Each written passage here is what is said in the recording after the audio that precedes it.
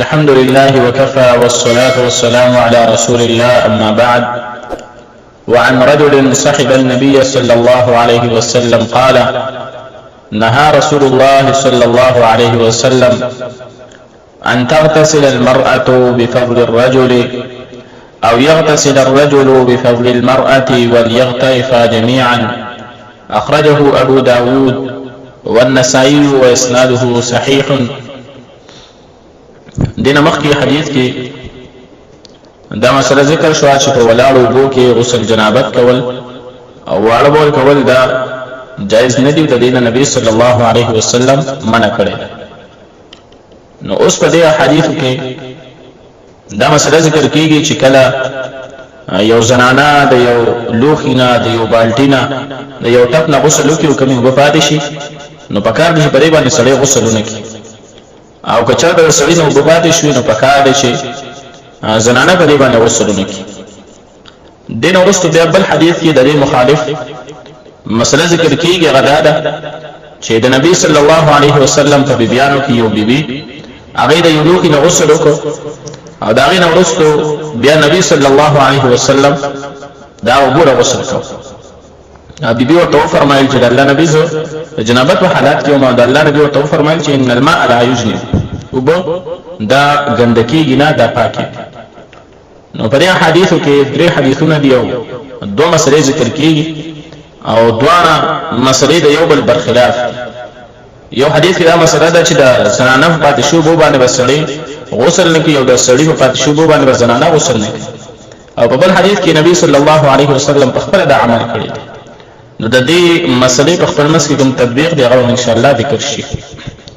د ټولو نمک وعن رجل صاحب النبي صلى الله عليه وسلم ودا سي یو کس روایت ته چې هغه د نبی صلی الله علیه وسلم ملګری پاتې شوی.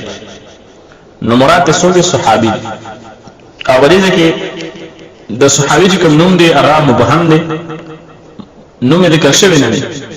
په دې باندې محدثین اتفاق دی چې الصحابه كلهم عدو. صحابه کرام دا ټول عادلان دي یو بل ان دا ټول عدل ولدي انصاف ولدي دي به انصاف خبره نه او کله دا صحابي نوم رانغي نو دا اس فرق نه پرې باسي. یو صحابي فرمایي چې نه رسول الله صلی الله علیه وسلم نبی صلی الله علیه وسلم منع وکړه ان تغتسل المرأة بفضل الرجل دا چې زنانه غسل وکړي په پاتې شو ګور سړینا چې کلوبا په پاتې شو هغه باندې دي زنانه غسل نه کوي. او یغتسل الرجل او د دین نبی صلی الله علیه وسلم منع کړی دا چې سړی غسل وکړي بفضل المرأة هغه ګو باندې کوي وبچ زنانه نه پاتې شي. نو بیا څه وکړي دی وليغترفا جميعا فکار چې دوانه په ځای باندې لپړه کی. نو مسله دا چې کچر د خزو خاون وي د یو لوخي نه په یو ټیم کې کدي غسل وکړي دا بهتره. دین ورستو بیا عبد الله بن عباس رضی الله تعالی عنهما فرمایي چې ان النبي صلى الله عليه وسلم كان بشكل الله نبي يغتسل بفضل ميمونة رضي الله تعالى عنها چې الله نبی غسل کوي په هغه وبو باندې کوي وبچ بر ميمونه رضي الله تعالى عنها پاتې شوی. اخرجه مسلم دا حدیث امام مسلم نقل کړی دی. مخکې کوم حدیث ته ابو داود نسائی دی نقل کړی دی په صحیح سند سره او دا ورستو حدیث دا مسلم حدیث. دین ورستو ولي اصحاب السنن او اصحاب السنن عقیده خبره نقل کړی ده. اصحاب السنن دا څوک دي؟ یعنی صحابه کرام. هغه وی چې اغتسل بعض ازواج النبي صلى الله عليه وسلم في جفنه. د نبی صلی الله علیه وسلم د بیبیانو نه یو بیبي یا بعض بیبیانو غسل وکړ په جفنه په یو ټپ فجاء يغتسل منها. نبی رسول نبی صلی الله علیه وسلم راغی او دا غینه غسل وکړ. نو فقالت اني كنت جنبا. دی بیبي ورته وی چې بهشکه زه خو جنابت په حالات کې امام د جنابت غسل کړی دی او دا کله وجه پاتې شوی دا زمانه داس حال کې پاتې شوی چې زه جنابت په حالات کې دا الله نبی ورته فرمایل ان الماء لا يجنب بشكوبو دا جنوب کېږي نه مطلب دا نه پاکه کېږي نه. د حدیث امام ترمذی ابن خزیمه صحیح دی دا حدیث سندن صحیح.